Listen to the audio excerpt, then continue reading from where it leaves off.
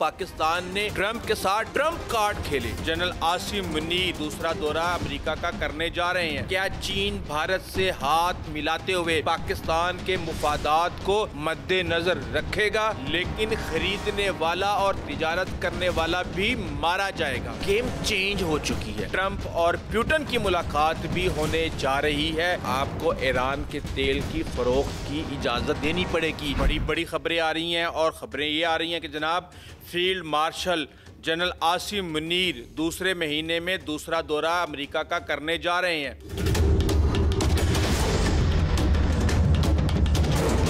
अब कहने को तो लोग ये कह रहे हैं कि ट्रंप से मुलाकात होगी, लेकिन अभी तक वो तय नहीं है। सुना यह है कि माइक कुरेला, जो जनरल माइक कुरेला सेंटकॉम के कमांडर हैं, वो रिटायर होने जा रहे हैं। उनकी एक तकरीब है तो जनरल साहब भी जा रहे हैं। तो क्या इससे पहले जब जनरल साहब गए थे तो क्या वो ट्रंप से मुलाकात तय थी? यकीनी तौर पे नहीं थी और फिर एकदम से खबर आई कि मुलाकात तय हो गई है। क्या अब दोबारा जनरल आसिम मुनीर ट्रंप से मुलाकात करने जा रहे हैं? चांसेस बहुत ज़्यादा हैं। क्यों, मैं आपको अभी बता देता हूँ। इस वक्त सबसे बड़ा मसला जो बना हुआ है वो मसला है हमारे हमसाया मुल्क भारत का, जहां पर ट्रंप ने पाबंदियां लगा दी हैं। 50% टैरिफ लग चुका है और अब एक जो ताज़ा बयान आया है उसमें ट्रंप ने कहा है कि भाई अभी तो पार्टी शुरू हुई है, अभी तो ये सिर्फ ट्रेलर था, आप देखते जाएं, हम इसके आगे करते हैं क्या। तो हम ये देख रहे हैं कि स्टीव विटकॉफ जो कि ट्रंप के मुशीर हैं वो रशिया पहुंचे हुए हैं। अजीत दोवल भी रशिया पहुंचे हुए हैं। वो वहाँ पे क्या तरले मारने गए हैं इस पे अभी बात करते हैं, लेकिन पहले स्टीव विटकॉफ की बात कर लें। उन्होंने जाके रशिया को सारा कुछ बता दिया। उन्होंने कहा ये 2 दिन का टाइम है, अगर आप मानते हैं तो ठीक है, वरना हम आप पर मज़ीद पाबंदियाँ लगाने जा रहे हैं। अब आपको पता है कि रशिया के साथ सबसे ज़्यादा तिजारत चाइना के बाद कौन करता है? इंडिया करता है। अब पाबंदी तो ये रशिया के ऊपर है कि वो अपना तेल नहीं बेच सकता, लेकिन ख़रीदने वाला और तिजारत करने वाला भी मारा जाएगा। अब भारत के अंदर बड़ी कहानियाँ चल रही हैं कि जनाब इस दुनिया के अंदर हर रोज़ 100 बिलियन बैरल जो तेल है उसकी ज़रूरत होती है। तो अब अगर ये काम रुक जाता है और आप 5 मिलियन बैरल डेली का पेट्रोल आप रशिया से नहीं लेते, तो इतना तेल तो सी पैक प्रोड्यूस नहीं कर सकता। जब आप 5 to 10% टोटल प्रोडक्शन का दुनिया की आप एकदम से कट कर देंगे तो वो चीज़ शॉर्ट हो जाएगी और उसके बाद फिर उसकी कीमतें 150 बैरल पे चली जाएंगी, 200 बैरल पे चली जाएंगी, 300 बैरल पे चली जाएंगी। और हमें तो अमेरिका ने ये कहा था कि जनाब आप तेल रशिया से लेते रहें ताकि आलमी मार्केट के अंदर ये तेल की कीमतें मुस्तहकम रहें, और जो आप खलीजी ममालिक से तेल ले रहे हैं वो सप्लाइयाँ यूरोप की तरफ कन्वर्ट हो जाएंगी, क्योंकि उन्होंने तो पाबंदियाँ लगा दी हैं। तो अब क्या होगा? तो नाज़रीन, आपको इस बात के बारे में मैं इससे पहले कई दफ़ा बता चुका हूँ कि पाकिस्तान ईरान और अमेरिका के दरमियान सालसी का बड़ा ही अहम किरदार अदा कर रहा है, और ये पाकिस्तान की मिलिट्री इस्टेब्लिशमेंट और इंटेलिजेंस एजेंसीज़ की मदद से किया जा रहा है, पैगाम रसानी का काम। अब आप ये कहेंगे कि यार ये एकदम से वो मसला जो दहाइयों पे फैला हुआ है वो एकदम से कैसे ख़त्म हो जाएगा? तो जनाब आपको मैं ये बात बता दूं कि ये मामला 13 जून को तकरीबन तय होने वाला था, जब इसराइल ने ईरान के ऊपर हमला किया और ओमान के अंदर, ओमान की सालसी में ये मामलात तय हो रहे। तो जाहिर सी बात है 80, 90, 95% चीज़ों के ऊपर इत्तफाक हो चुका होगा। 4 या 5% चीज़ें हैं वो जो 2 से 3 डेड लॉक हैं। वो डेड लॉक क्या हैं कि आप अपनी यूरेनियम की अफजुदगी जो है वो 5% पे करें, आप उसको 90% पे ना करें। 5% पे आप उसको सिविल वर्क के लिए इस्तेमाल कर सकते हैं, लेकिन जब आप उसकी अफजुदगी को 95, 90%, 70% पे ले जाते हैं तो फिर वो एटमी हथियारों के लिए इस्तेमाल होना शुरू होती है। ईरान इस चीज़ के ऊपर एग्री है। अब ये मामला तय कैसे होंगे? क्या ईरान को मज़ीद हथियारों की ख़रीदारी और अपने दिफा और फ़ौज को मजबूत करने की भी पाबंदियाँ लगेंगी? ये पाबंदियाँ वो मानने के लिए तैयार नहीं है। तो जाहिर सी बात है फिर पाकिस्तान ने जिस तरह समझाया जिस तरह फील्ड मार्शल ने ट्रंप को ये समझाया और ट्रंप ने आके कहा कि ये हमसे ज़्यादा ईरान को जानते हैं, तो यकीनी तौर पे कुछ ऐसी इंफॉर्मेशन दी होगी जो कि ट्रंप को सरप्राइज़ मिला। एक बात मैं आपको बता दूं, बहुत से लोग इस बारे में ये बात करते हैं कि पाकिस्तान सऊदी अरब की मुबैना तौर पे प्रॉक्सी है, हमारे ताल्लुकात सऊदी अरब और यूएई के साथ बहुत अच्छे हैं, इसीलिए वो हमें फाइनेंस भी करते हैं और ईरान और इन ममालिक की मुखालफत रही है, तो इसलिए पाकिस्तान ने हमेशा से ईरान के एटमी हथियारों पर नज़र रखी है। लेकिन अब गेम चेंज हो चुकी है। आपको पता है कि ईरान के सदर ने और ईरान के जो अंदरूनी डिफेंस के लोग हैं, उन्होंने दो ममालिक की तारीफ़ की इस जंग के अंदर। उन्होंने ये कहा कि पाकिस्तान और फिर सऊदी अरब ने हमारी बहुत ज़्यादा हेल्प की। अब मैं तेल से निकल गया हूँ किसी और तरफ, लेकिन यहाँ पे मैं थोड़ा सा वापस आता हूँ। अब जो इंडिया रोना रो रहा है वो ये रोना रो रहा है कि जनाब अगर हमने ये तेल ख़रीदना बंद कर दिया, हमारी तो रिफाइनरी जो है इस वक्त रशियन ऑयल के अलावा कुछ और बनाती नहीं है, मीसना बना हुआ है। उसने 33 बिलियन डॉलर कमाए हैं इस क्राइसिस के अंदर 2022 से 2024 के अंदर, कि अपनी ज़रूरत के लिए उसको 1 लाख बैरल की ज़रूरत थी, आज वो 20 लाख बैरल यानी 19 गुना उसने अपनी सप्लाई को बढ़ा दिया। जबकि चीन भी ले रहा है जनाब, चीन इससे पहले 1.2 बैरल यानी 12 लाख बैरल योमिया ले रहा था, उसने अपनी सप्लाई को सिर्फ डबल किया और उसकी सप्लाई हो गई 24 लाख बैरल, इनकी 19 गुना हो गई है। तो चाइना को जाके टक्कर मारने लग गए, हालांकि वहाँ पे पूरी दुनिया की सप्लाई लाइन चल रही है, वहाँ पे एनर्जी की कंजप्शन बहुत ज़्यादा है। तो इस तरह इन्होंने 2 नंबरी की और पैसा कमाया, अपनी इकोनॉमी को स्टेबल करने की कोशिश की। और आज अगर इनको रूस का सस्ता तेल बंद होता है तो 11 बिलियन डॉलर का नुकसान भारत की मईशत को इन्फ्लेशन की सूरत में बर्दाश्त करना पड़ेगा।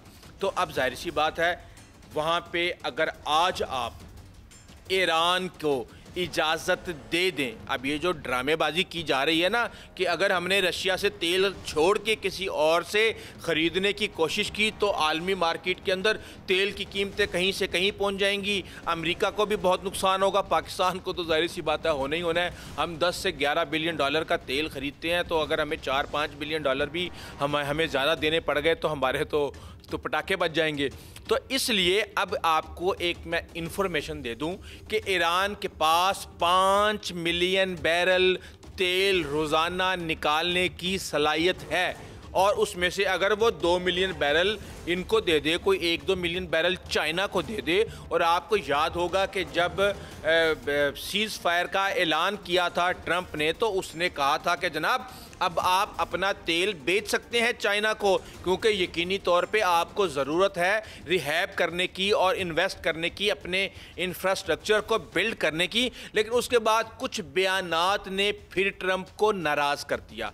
तो अब कहा यह जा रहा है कि पाकिस्तान जो है ये एक अहम किरदार अदा करने जा रहा है। तो अब इस वक्त फील्ड मार्शल अगर ट्रंप से मुलाकात करने में कामयाब हो जाते हैं और उनको ये समझाते हैं कि जनाब अगर आपने रशिया का मक्कू ठपना है जो कि 100 बिलियन डॉलर का सालाना ऑयल फरोख्त करके और वो इन्वेस्ट कर रहा है अपनी वार के अंदर, और उसका जो खर्चा है जीडीपी का 6% से कहीं आगे निकल चुका है, वहाँ पे इन्फ्लेशन है, उनकी मईशत के ऊपर बहुत ज़्यादा बोझ है। और अगर आप ये चाहते हैं कि आज ही सप्लाई लाइन काट दी जाए भारत की, तो जनाब आपको ईरान के तेल की फ़रोख्त की इजाज़त देनी पड़ेगी। और ये उसी वक्त मुमकिन है जब ईरान और अमेरिका का जो कॉन्ट्रैक्ट है वो फाइनल हो जाए, जो न्यूक्लियर डील है वो ओके हो जाए। क्योंकि मेरे पास जो इस वक्त फिगर्स हैं उसके मुताबिक आप ये देख लें कि रूस के लिए इस वक्त ईरान क्यों है। आपको पता है कि ईरान जो है अपने जो तसव्वुराती उसके इत्तेहादी थे भारत जैसे, उनके साथ ताल्लुकात के ऊपर असर नौ गौर कर रहा है। और रूस को आप ये देख लें कि उसने शाम के अंदर भी बशारुल असद की हुकूमत को जो वो कर सकता था वो उसने करने की कोशिश नहीं की। वही काम उसने किया ईरान के साथ के S-400 और Su-35 जब ज़रूरत थी उस वक़्त नहीं दिए, बाद में दिए, क्योंकि उसके अपने इसराइल के साथ ताल्लुकात हैं। अमेरिका का प्रेशर वो बर्दाश्त नहीं करना चाह रहा था, क्योंकि फिर यूक्रेन के अंदर भी असले की खेप पहुंच जानी थी। उस वक़्त तक ट्रंप ने असले की खेप रोकी हुई थी। और तीसरा सबसे बड़ा इंटरेस्ट जो रूस का है वो ये है कि जनाब आज ही अगर ईरान और अमेरिका के मामला तय हो गए और ईरान को इजाज़त मिल गई अपना तेल फ़रोख्त करने की, तो फिर डिमांड एंड सप्लाई पूरी हो जाएगी और फिर रूस को वो तेल जो कि वो बेच रहा है वो बेचना उसके लिए बहुत मुश्किल हो जाएगा और उसकी इकानमी के ऊपर बहुत ज़्यादा प्रेशर आ जाएगा। आप ये देखें कि 2.4 मिलियन बैरल तो सिर्फ रिफाइंड ऑयल डेली बेसिस के ऊपर प्रोड्यूस करने की सलाहियत है ईरान की। अच्छा, अब यहाँ पे हम ये देख रहे हैं कि ट्रंप ने अगर तो कमर तोड़नी है, जैसा कि मैं आपको पहले कह चुका हूँ, तो फिर उसको ईरानी तेल को मार्केट में लाना पड़ेगा ताकि इन्फ्लेशन को भी रोका जाए और दूसरी चीज़ों को भी रोका जाए और उसके बाद ये मामला हों। और इस मामले में हम ये देख रहे हैं कि ट्रंप और पुतिन की मुलाकात भी होने जा रही है। अब अगर जिस दिन ये मुलाकात हो गई और मामला उनके साथ भी तय हो गए और उनके ऊपर भी पाबंदियां ख़त्म हो गई, तो फिर मेरे ख्याल से रूस भी इतना सस्ता तेल भारत को नहीं देगा और शायद फिर भारत भी बच जाए।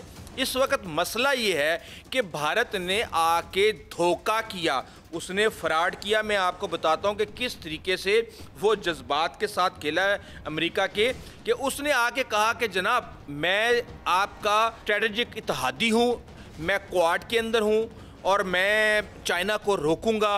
आप मुझे कुछ मेरे साथ तरजीही सलूक करें कि इत्तेहादियों के साथ जो सलूक होना चाहिए।